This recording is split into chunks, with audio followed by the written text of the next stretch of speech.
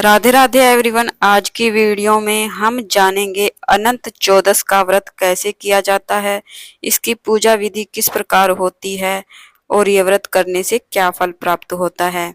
तो फ्रेंड्स, अनंत चौदस के दिन भगवान श्री हरि विष्णु शेषनाग पर सैया पर बैठे हुए और माता लक्ष्मी साथ में, इन सभी का पूजन किया जाता है। अगर आपके फोटो या चित्र में शेषनाग नहीं है तो आप अलग से शेषनाग मिट्टी के भी बना सकते हैं, क्योंकि अनंत चौदस के दिन शेषनाग की पूजा का भी बहुत महत्व है।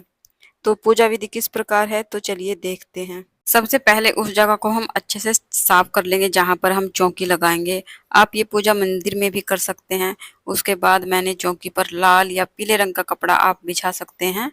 वैसे तो श्री हरि विष्णु की पूजा में पीले रंग का विशेष महत्व होता है, लेकिन पीला कपड़ा ना हो तो आप लाल भी बिछा सकते हैं। उसके बाद मैंने थोड़े से फूलों का आसन देते हुए सैया पर लेटे हुए भगवान श्री हरि विष्णु और शेषनाग माता लक्ष्मी उनके चरण द्वारा यह इस फोटो को विराजमान कर लिया है।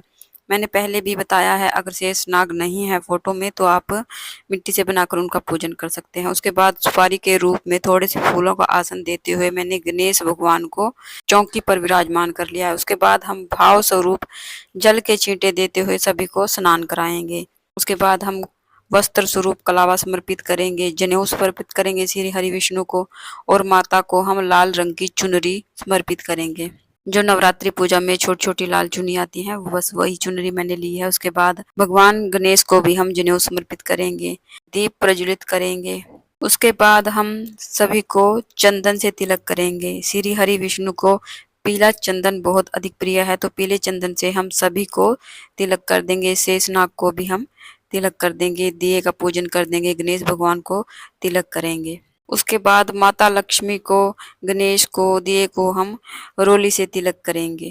शेषनाग को भी हम रोली से तिलक करेंगे, श्री हरि विष्णु को भी, सभी को हम तिलक कर देंगे। उसके बाद हम फूल समर्पित करेंगे। हो सके तो माता लक्ष्मी के लिए और गणेश जी के लिए अगर आपको मिल जाए तो आप लाल फूल समर्पित करें। अगर लाल ना हो तो जो भी फूल आपके पास हो उनसे आप पूजा कर लीजिए। उसके बाद हम धूप दिखाएंगे। अनंत चौदस के दिन अनंत सूत्र बनाया जाता है। इसमें 14 गांठें लगाई जाती है और 14 तार लिए जाते हैं कहीं कहीं पर। तो यहाँ पर मैंने 14 तार ले लिए हैं इसमें और 14 गांठें लगा ली हैं। इसको आप मार्केट से भी ले सकते हैं या आप कलावे से इसको अपने आप भी घर पर बना सकते हैं। इसका भी हमें चौकी पर रखकर पूजन करना होता है। तो सबसे पहले मैंने भाव स्वरूप इसको जल के छींटे देकर शुद्धिकरण कर लिया है। उसके बाद रोली से, चंदन से तिलक कर दिया है। तिलक पर अक्षत या तिल समर्पित करेंगे। श्री हरि विष्णु की पूजा में तिल का विशेष महत्व होता है, तो आप तिल भी समर्पित कर सकते हैं। उसके बाद श्री हरि विष्णु को हम तुलसी जरूर से समर्पित करेंगे। उसके बाद भोग समर्पित करेंगे। जो भी भोग प्रसाद आपने भगवान श्री हरि को अर्पित किया है उसमें तुलसी दल जरूर से रखें। यहाँ पर मैंने ऋतुफल रख दिया है, ड्राई फ्रूट रख दिए हैं, या फिर आपने घर पर जो भी पकवान बनाया है उससे भी आप भोग लगा सकते हैं। और गणेश जी के लिए हम अलग से भोग लगाएंगे, क्योंकि उनके भोग में तुलसी दल नहीं रखा जाता है।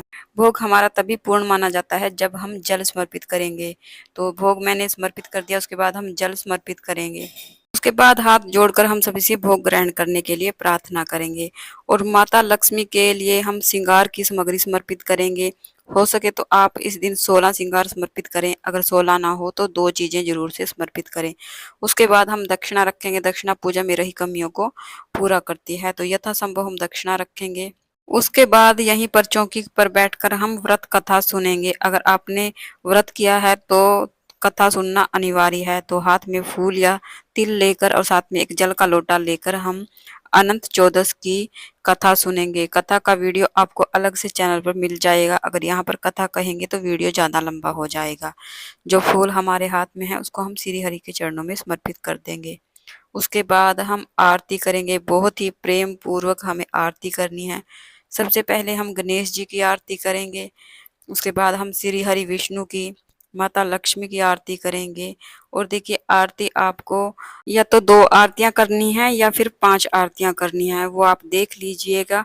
क्योंकि हमें कभी भी 3 की संख्या में आरती नहीं करनी चाहिए, यानी कि 3 आरतियां नहीं करनी चाहिए। या तो 2 करें या फिर 5 करें।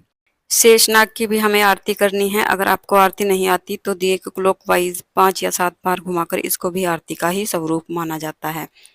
उसके बाद हाथ में थोड़ा सा जल लेकर हम चौकी के चारों तरफ से 2 बार वार लेंगे। इस प्रकार हमारी पूजा पूर्ण हो जाएगी। पूजा पूर्ण होने के बाद जो जल का लोटा लिया है इसको हम सूर्य देव को अर्घ दे देंगे और जो दक्षिणा है इसको हम दान कर देंगे। और जो देखिए अनंत सूत्र हमने बनाया है इसको महिलाएं तो अपने बाएं हाथ में बांधेंगी और जो घर के पुरुष हैं वो इसको अपने दाएं हाथ में बांधेंगे। या तो आप इसको 14 दिनों के लिए बांध लें या फिर 14 घंटों के लिए बांध सकते हैं। उसके बाद आप इसको किसी गमले में या नदी में विसर्जन कर सकते हैं या आप इसको अपने घर की तिजोरी में भी रख सकते हैं। अनंत चौदस के दिन अगर आपने गणेश जी बिठाए हैं तो उनका विसर्जन भी किया जाता है। तो सबसे पहले आप अनंत चौदस की पूजा कर लें या फिर आप गणपति विसर्जन कर लें, जैसा आपको ठीक लगे वैसी पूजा आप सबसे पहले कर लें। अब बात कर लेते हैं कि इस पूजा को करने से क्या फल मिलता है। देखिए अनंत चौदस की पूजा श्री हरि विष्णु और माता लक्ष्मी को समर्पित है। माता लक्ष्मी की पूजा करने से आपको कभी भी अन्न धन की कमी नहीं होती है अगर आप ये व्रत करते हैं। आई होप आपको वीडियो पसंद आया है, आपके लिए यूज़फुल रहा है, तो प्लीज़ वीडियो को लाइक कीजिए और साथ ही मेरे चैनल को सब्सक्राइब कीजिए। अगर आपके मन में अभी भी कोई डाउट है तो मुझे आप कमेंट कर सकते हैं। मैं आपके कमेंट का रिप्लाई करने की पूरी कोशिश करूँगी।